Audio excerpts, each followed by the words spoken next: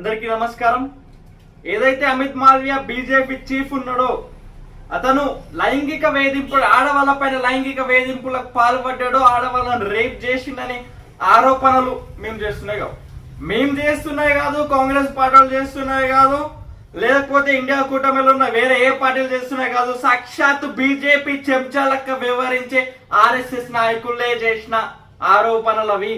ఇక వాళ్ళ చెంచాలు వాళ్ళపైన ఆరోపణలు చేసినా ఆరోపణలు కావని మనం అర్థం చేసుకోవాలా. ఇప్పుడు అమిత్ అనేటోడు ఆరోపణలు అయినాక అరే కాదురాబాయ్ నేను అసలుతోనే కాదు, నేను అట్లా చేయలేనే అనాలా, లేకపోతే నా పరుగుడు నా పబ్లిక్ నా పరుగు చేసిన మన పైన పరుగు నష్టం దావేస్తాడా?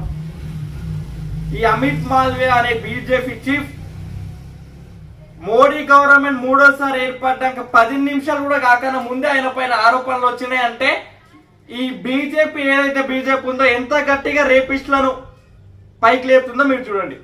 నాకు తెలిసి బీజేపీలోకి వెళ్ళాలంటే పెద్దగా ప్రజాసేవ చేయాల్సిన అవసరం లేదు, ప్రజలకు బాగుపడాల్సిన అవసరం లేదు. బీజేపీలో ఒక మంచి నాయకుడిగా ఎదగాలంటే రేపులు చేస్తే చాలనుకుంటున్నారు నాకు తెలిసి. ఎందుకంటే ఈరోజు ప్రజ్వల్ రవాణా అయినా, అమిత్ అయినా, ఎంతో మంది సందీప్ సింగ్ లాంటి వాళ్ళు ఎంతమంది అయినా వీళ్ళందరూ కూడా రేపులు చేసిన వాళ్ళకు సేఫ్టీ కమిషనర్ మోడీ ఉంటారు, వాళ్ళకి పదవులు ఇస్తారు. కాబట్టి నాకు తెలిసి వీళ్ళందరూ ఇట్లా ఎక్స్పోజ్ చేసుకుంటూ రేపులు చేసుకుంటూ తిరుగుతురేమో. సిగ్గుండాల గాడిదలకు ఒక్కొక్కరికి మూడోసారి ప్రభుత్వం ఏర్పడంగానే కొమ్ములు వచ్చినాయి అనుకుంటుర్రా? రోడ్ల పైకి తీసుకొచ్చి బట్టలు ఇప్పి కొడతాం. ఒక్కొక్కడు ఎవరైనా ఆడబిడ్డల జోడికి వస్తే సగం బీజేపీ రేపిస్తున్న కొడుకులతో నిండుండి ఈరోజు. భూపేష్ సింగ్ అయినా, సందీప్ సింగ్ అయినా, ప్రజ్వల్ రవాణా అయినా, అమిత్ గాడ్ అయినా, ఇసుంటారు ఎంతమంది అయినా సరే ఒక్కొక్కరిని లాగులు ఇప్పి కొడతాం మా ఆడపిల్లల జోలికి వస్తే అనుకుంటుర్రేమో ఈరోజు.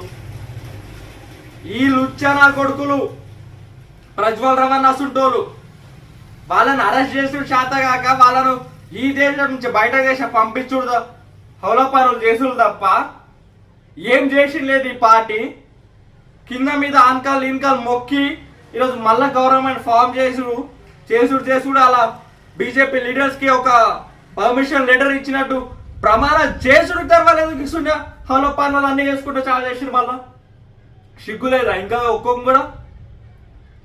ఇట్లనే చేస్తే ఇదే విధంగా మా ఆడబిడ్డల రక్షణ లేకుండా పోతే ఒక్కొక్కరిని ఏడ రాసుకునే సరే లాక్కొచ్చి మరి బయట లాక్కొచ్చి బట్టలు ఇప్పి కొడతాం. ఒక్కొక్కరిని గుర్తుపెట్టుకోండి.